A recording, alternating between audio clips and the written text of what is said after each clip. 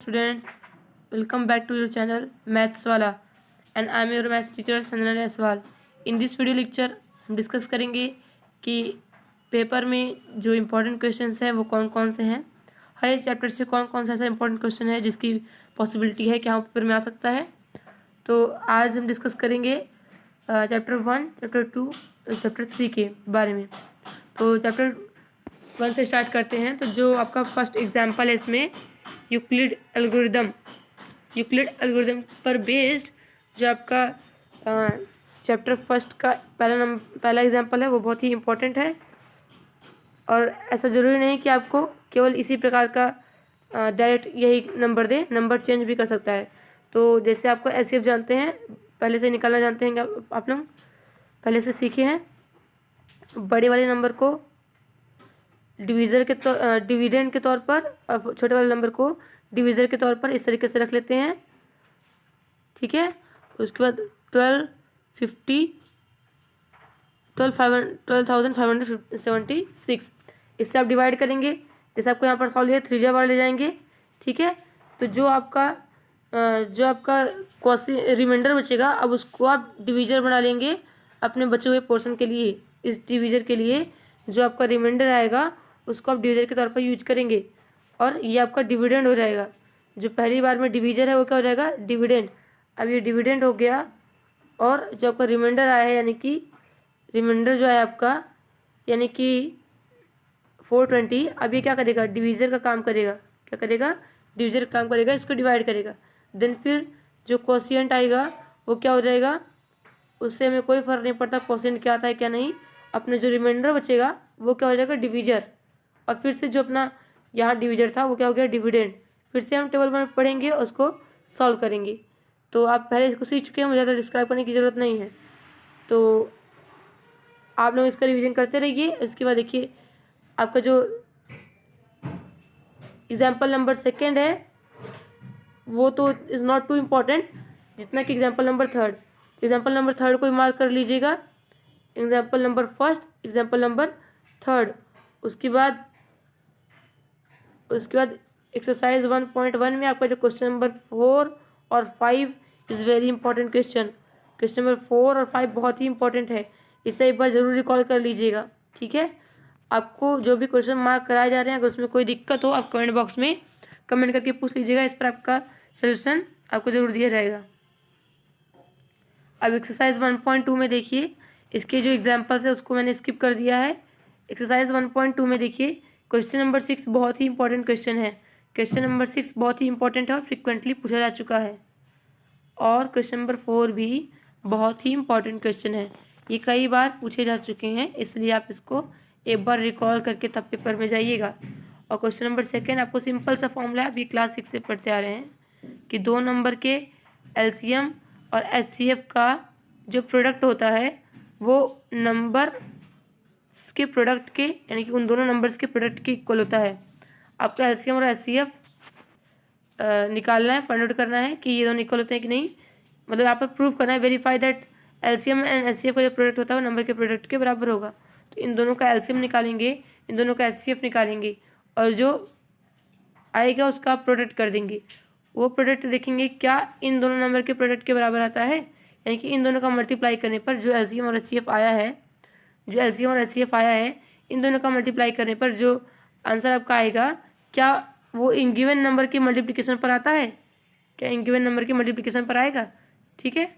तो आप इसको ध्यान देंगे, एक बार ज़रूर रिकॉल करके तब जाइएगा। एक्सरसाइज 1.2 का क्वेश्चन नंबर 2, क्वेश्चन नंबर 4 और क्वेश्चन नंबर 6, ठीक है। इसको एक बार ज़रूर पढ़ लीजिएगा। अब देखिए इसे इरेज कर देते हैं, आगे देखते हैं।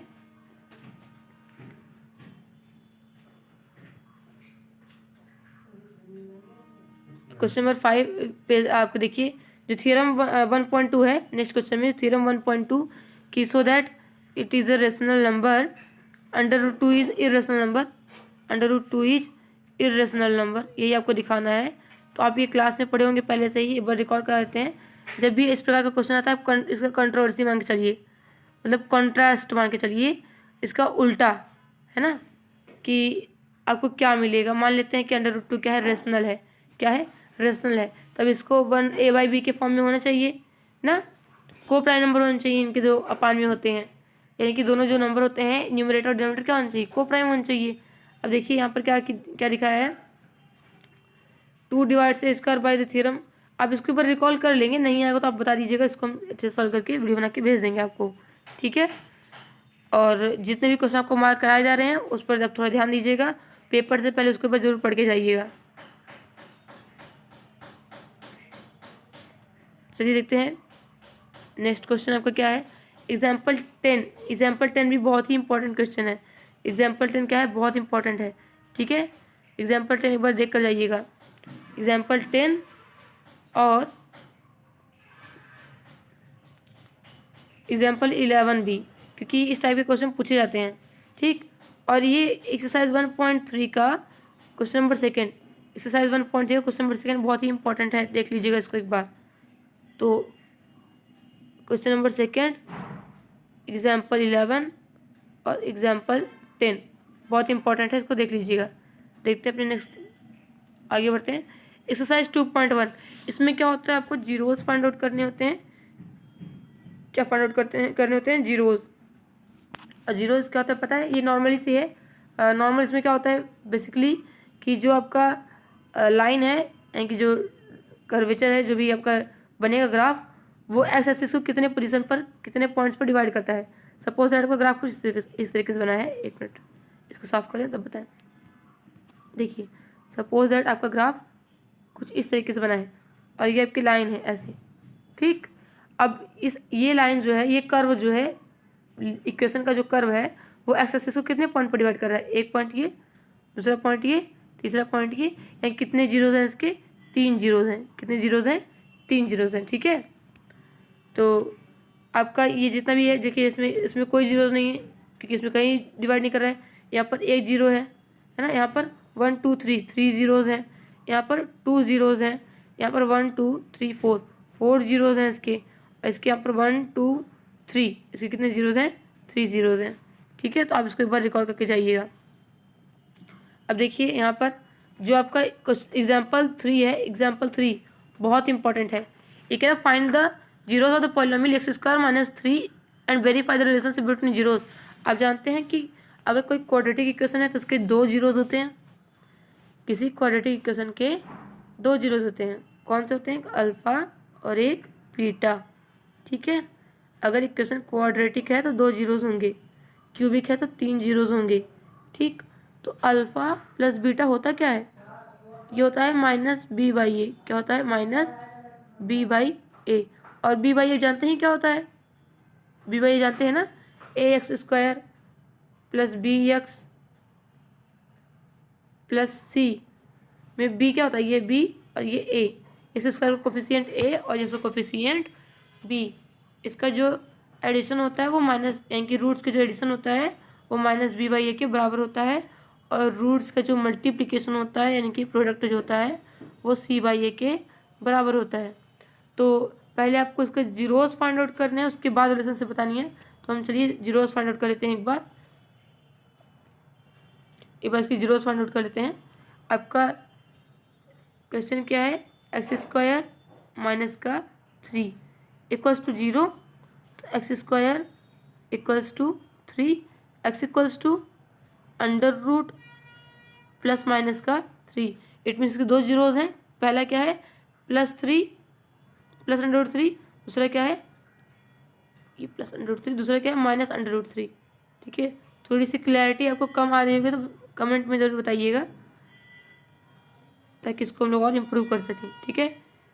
एक क्या हो जाएगा +√3, एक जीरो हो गया, दूसरा क्या हो जाएगा -√3। अब इसके बीच में आपको क्या करना है, रिलेशनशिप प्रूव करना है, वेरीफाई करना है।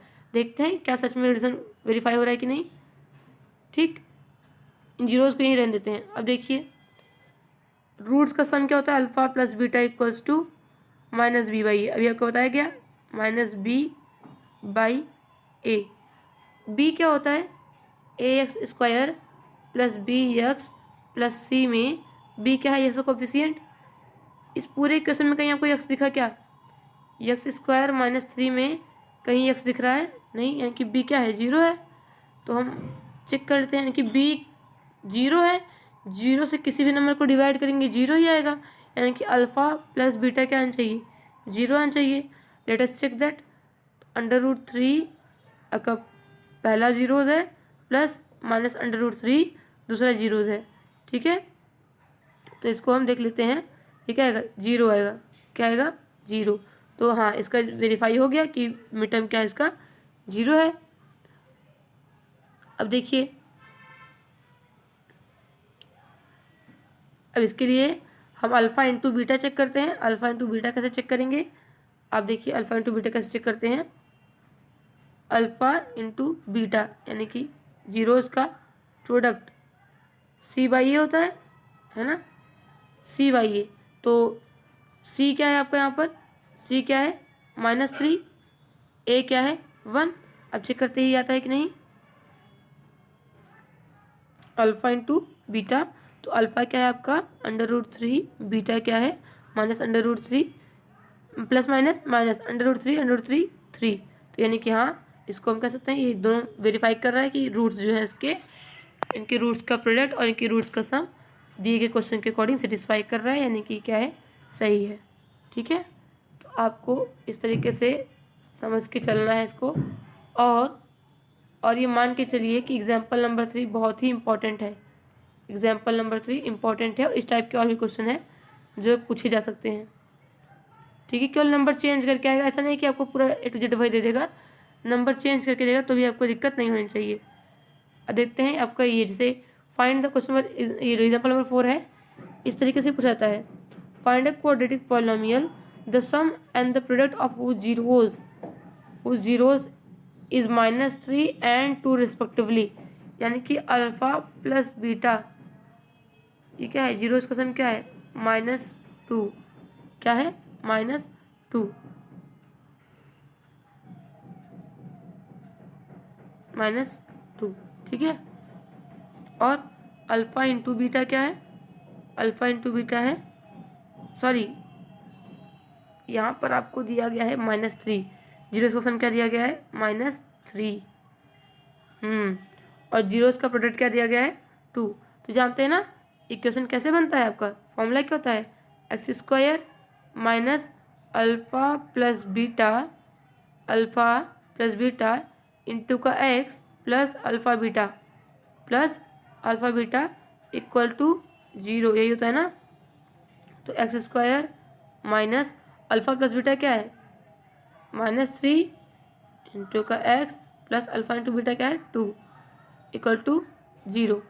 अब देखिए x² minus minus plus 3x plus का 2 इक्वल टू 0, ये आपका हो गया आंसर, ठीक है। इसी तरीके से सॉल्व होगा, पेपर में सब रिकॉर्ड करके जाइएगा, ठीक है। मेरा इंटेंशन केवल आपको इंपॉर्टेंट जो क्वेश्चन है उसको मार्क कराना है, इसलिए सोल्यूशन पर बहुत ज़्यादा नहीं जाते हैं। अगर आपको कोई दिक्कत होती है जो आपको क्वेश्चन मार्क कराया गया है, तो आप उसे कमेंट बॉक्स में कमेंट करके पूछ सकते हैं। तो जो भी क्वेश्चन में आपको प्रॉब्लम है वो आपको सोल्यूशन बताया जाएगा।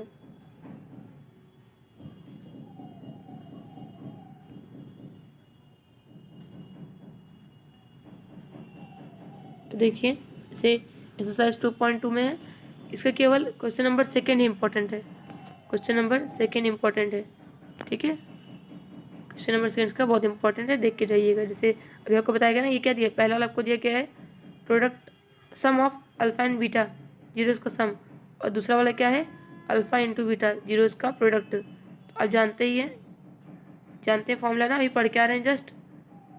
फॉर्मूला क्या होता है, हाँ, x² good, alpha plus beta into x very good plus alpha beta, ठीक है, इक्वल टू 0। तो x² एज इट इज़ रहेगा। यहाँ पर अल्फ़ा प्लस बीटा क्या है 1/4 पुट कर दीजिए, अल्फ़ा इंटू बीटा माइनस का 1, उसके बाद सॉल्व कर लेंगे इसको, ठीक है। सोल्यूशन पर जाएंगे, वीडियो ज़्यादा लंबा हो जाएगा, इसलिए आप लोग थोड़ा इसको देख लीजिएगा। अब 11 वाले में देखिए, 11 में जो एग्जाम्पल नंबर 9 बहुत इंपॉर्टेंट है। और अब देखिए ये एक्सरसाइज 2.4 में क्वेश्चन नंबर 3, क्वेश्चन नंबर 4 और क्वेश्चन नंबर 5, तीनों बहुत इंपॉर्टेंट है, देख कर जाइएगा, बहुत ही इंपॉर्टेंट है ये, वेरी इंपॉर्टेंट। ठीक, क्योंकि क्वेश्चन नंबर 3 जो है वो फ्रिक्वेंटली कम से कम 4 से 5 बार पूछा गया है। ठीक है, और 4-4 नंबर वाले क्वेश्चन में। ठीक, ये तो बहुत ज़रूरी है, इसको देख कर जाइएगा। अब यहाँ देखिए 3.1 में आपको तीनों में क्या करना है, इक्वेशन ड्रॉ करना है, इक्वेशन बनाना है। इक्वेशन बना लेंगे, सब ग्राफिकली ड्रॉ करेंगे, बट आपको ड्रॉ करने के लिए नहीं देगा, आपको देगा कि इसको सॉल्व कीजिए, चाहे तो सब्स्टिट्यूशन मेथड से, चाहे तो एलिमिनेशन मेथड से। तो आपको इक्वेशन बनाना आना चाहिए। ये तीनों के तीनों इंपॉर्टेंट क्वेश्चन हैं। अब एक्सरसाइज 3.2 में कंपेयरिंग रेशियो, ये थोड़ा इंपॉर्टेंट है। उसके बाद यहाँ पर इक्वेशन बनाना देख लीजिएगा। यहाँ पर देखिए इस वाले में क्वेश्चन नंबर 2 बहुत इंपॉर्टेंट है। ठीक, क्वेश्चन नंबर 3 के जितने भी पोर्शन है उसको आप देखिएगा। अब ये जो पोर्शन क्वेश्चन नंबर 3 का फर्स्ट है ना, कितनी ही बार पूछा जा चुका है। डिफरेंस बिटवीन 2 नंबर 26 है ना, 2 नंबर के बीच में डिफरेंस क्या है 26, यानी कि x minus Y equal to 26। मान लेते हैं एक नंबर x दूसरा नंबर y है, तो इनके बीच डिफरेंस कितना है 26। Then one number is 3 times of the other number, let की x जो है वो y का 3 गुना है, 3 times of the other number. ठीक, तो यहाँ पर क्या करेंगे आप, इसके कि x minus 3y equal to 0, equation first ये हो गया, इक्वेशन सेकेंड ये हो गया। इसको आप सॉल्व कर लेंगे सब्ट्रैक्ट करके, माइनस ये माइनस माइनस प्लस, ये सब्ट्रैक्ट हो जाएगा, एक्स कैंसिल हो जाएगा, क्या बचेगा 2y इक्वल टू 26, तो y equal to 13, y equal to 13। तो दूसरा नंबर क्या हो जाएगा आपका, y इक्वल टू 13 रखें तो x इक्वल टू 39 आ जाएगा। ठीक है, इसको आप लोग थोड़ा ध्यान दीजिएगा, नहीं आएगा तो कमेंट बॉक्स में ज़रूर बताइएगा। अगर ये वीडियो आपके लिए बहुत हेल्पफुल है तो प्लीज़ कमेंट करके ज़रूर एक बार बताइएगा, ताकि हमें भी मोटिवेशन मिलता रहे इस प्रकार के और वीडियो लाने के लिए। क्वेश्चन नंबर 2 जो है 3.4 का बहुत इंपॉर्टेंट है। इसके एक एक क्वेश्चन इंपॉर्टेंट है। जो मीना वाला क्वेश्चन है कि मीना बैंक में जाती है, 2000 रुपये विड्रॉल करती है, कितना उसका विड्रॉल कितने का होता है 2000 रुपीज़ का। उसको उसे चाहिए होते हैं केवल 50 और 100 के नोट्स। तो कैशियर से क्या कहती है कि हमें केवल 50 और 100 के नोट्स दीजिएगा। तो उसके अकॉर्डिंग आपको पूछता है कि कितने 50 के कितने 100 के नोट होंगे, कुछ कंडीशंस भी दी हुई हैं। आप इसको पढ़िएगा, नहीं आएगा तो कमेंट बॉक्स में ज़रूर बताइएगा, ताकि इसको आपके लिए सॉल्व करा दें। ठीक है, अब देखते हैं आगे क्या इंपॉर्टेंट है। आगे देखिए ये क्वेश्चन नंबर 2 बहुत ही इंपॉर्टेंट है। क्वेश्चन नंबर 2 के फर्स्ट में आपको ए और बी की वैल्यू फाइंड आउट करनी है। कैसे निकालेंगे, ऑन कंपेयरिंग द रेशियो। कैसे कंपेयर करते हैं, यस के कोफिशिएंट को यानी कि 2 को सेकंड इक्वेशन कोफिशिएंट यानी कि ए माइनस बी से कंपेयर करके हम लोग ए माइनस बी का इक्वेशन बना लेंगे। देन सेकंड वाले में भी करके इक्वेशन बनाएंगे। उसके बाद इसको ए और बी की वैल्यू फाइंड आउट करेंगे। आपको कोई भी दिक्कत होती है तो कमेंट बॉक्स में ज़रूर बताइएगा, बार बार कह रहे हैं, क्योंकि आप बताएंगे तभी आपको सोल्यूशन प्रोवाइड किया जा सकता है, आपके प्रॉब्लम का सोल्यूशन निकलेगा। ठीक है, अब ये जो क्वेश्चन है ये केस बेस्ड में a lot of time, I am telling you 30% समझ लीजिए अब तक पेपर हुए उसमें 30% ऐसा है कि बार बार पूछा जाता है, और इस बार चांस है इसका पूछने का। ठीक है, केस बेस्ड में, किसमें, केस बेस्ड में। तो आप इसको एक बार ज़रूर रिकॉल कर लीजिएगा। ठीक है, तो अगर ना समझ में आए, वैसे तो उसको सोल्यूशन दिया हुआ, अगर ना समझ में आए तो आप एक बार कमेंट सेक्शन में बता सकते हैं, तो आपको इसको एक्सप्लेन कर दिया जाएगा। देखते हैं नेक्स्ट क्या इंपॉर्टेंट है। हाँ, ये जो क्वेश्चन आपको क्रॉस मल्टीप्लिकेशन कैंसिल है, आपको पता ही है, लेकिन आपको क्रॉस मल्टीप्लिकेशन में ये तो आपका ये रिड्यूसिबल है, ये कौन सा है रिड्यूसिबल भी कैंसिल है, लेकिन आपको इक्वेशन बनाना आना चाहिए, कभी भी पूछ सकता है। ठीक है, क्वेश्चन नंबर 2 इसका बहुत इंपॉर्टेंट है, तीनों देख लीजिएगा इसमें। नेक्स्ट देखते हैं, इसमें ये क्वेश्चन नंबर 2 आप देख लीजिएगा, बहुत ही इंपॉर्टेंट है। ऋतु वाला क्वेश्चन जो है, ऋतु में जो ये क्वेश्चन अपस्ट्रीम डाउनस्ट्रीम करके कई बार पूछा जा चुका है, और इसी टाइप के क्वेश्चन भी पूछे जाते हैं। जब अगर बोट अपस्ट्रीम चल रही हो तो इसकी स्पीड ये है, डाउनस्ट्रीम चल रही है तो स्पीड ये है, तो करंट की स्पीड क्या होगी, और स्टिल वाटर में बोट की स्पीड क्या होगी। ठीक है, स्टिल वाटर में बोट की स्पीड क्या होगी और करंट की स्पीड क्या है। तो अगर आपको कोई भी प्रॉब्लम होती है तो आप प्लीज़ कमेंट सेक्शन में बताइएगा, और आपको ये वीडियो अगर अच्छी लगी है तो अपने फ्रेंड्स को ज़रूर शेयर कीजिएगा और वीडियो को लाइक शेयर और सब्सक्राइब करते रहिएगा ताकि हमें भी मोटिवेशन मिले, ताकि आप लोगों के लिए और भी हम वीडियो ले आ सकें। और इसके आगे का जो सेक्शन है, इसके आगे के जो सेक्शंस है चैप्टर 4 चैप्टर 5 जो चैप्टर्स हैं इनके बारे में, इनके इंपॉर्टेंट क्वेश्चंस के बारे में हम नेक्स्ट वीडियो में चर्चा करेंगे। Thank you.